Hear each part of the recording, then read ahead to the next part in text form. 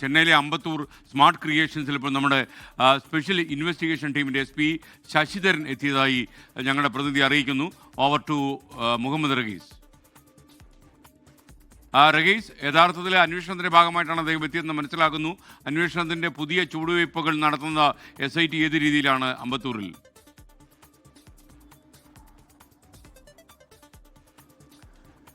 SKN തുടർച്ചയായിട്ടുള്ള രണ്ടാം ദിവസവും ചെന്നൈ അമ്പത്തൂരിലെ ഈ സ്മാർട്ട് ക്രിയേഷൻസിന്റെ ഓഫീസിൽ പരിശോധന നടക്കുകയാണ്. നിലവിൽ ഉണ്ണികൃഷ്ണൻ പോറ്റിയെ ഇങ്ങോട്ടേക്ക് എത്തിച്ചിട്ടില്ല.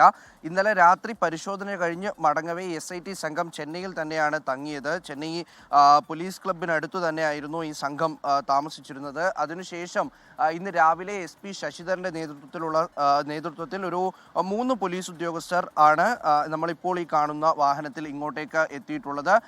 ഇവരെത്തുമ്പോൾ തന്നെ സ്മാർട്ട് ക്രിയേഷൻസിന്റെ CEO ആയിട്ടുള്ള പങ്കജ് ഭണ്ഡാരി ഇവിടെ ഉണ്ടായിരുന്നു. അദ്ദേഹം നിലവിൽ ഓഫീസിലുണ്ട്. ഇന്ന് ഓഫീസ് അവധി ദിവസമായതിനാൽ മറ്റാരും തന്നെ ഇല്ല. നിലവിൽ പങ്കജ് ഭണ്ഡാരിയും ഒപ്പം തന്നെ SP ശശിധരനും മാത്രമാണ് അകത്ത് ഇപ്പോൾ ഉള്ളത്.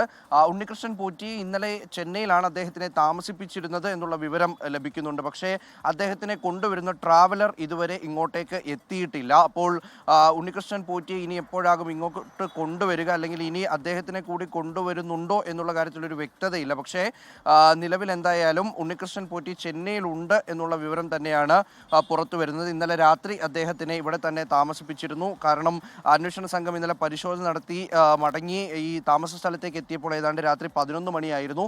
അതിനുശേഷമാണ് വീണ്ടും ഈ അമ്പത്തൂരിലെ ഈ സ്മാർട്ട് ക്രിയേഷൻസിലേക്ക് എത്തിച്ചിരിക്കുന്നത്. ഇവിടെ വെച്ചായിരുന്നു ഈ സ്വർണം ഗോൾഡ് പ്ലേറ്റിംഗ് ചെയ്തത്. അപ്പോൾ അതുമായി ബന്ധപ്പെട്ടാണ് അതിനുശേഷമാണ് പിന്നീട് ഈ ക്രമക്കേടുകളൊക്കെ ഓരോന്നായി ഉണ്ടായത്.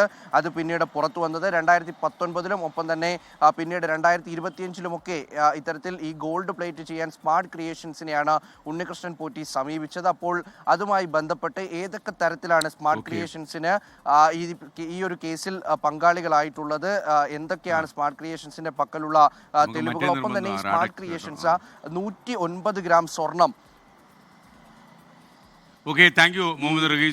ലോകത്തെവിടെയായാലും ഏത് സമയത്തും 24 വാർത്തകളും ഓഗ്മെന്റഡ് റിയാലിറ്റി പാക്കേജുകളും എക്സ്പ്ലെയിനറുകളും വിശദമായി കാണാൻ ഞങ്ങളുടെ YouTube ചാനൽ നിങ്ങൾക്ക് സബ്സ്ക്രൈബ് ചെയ്യാം.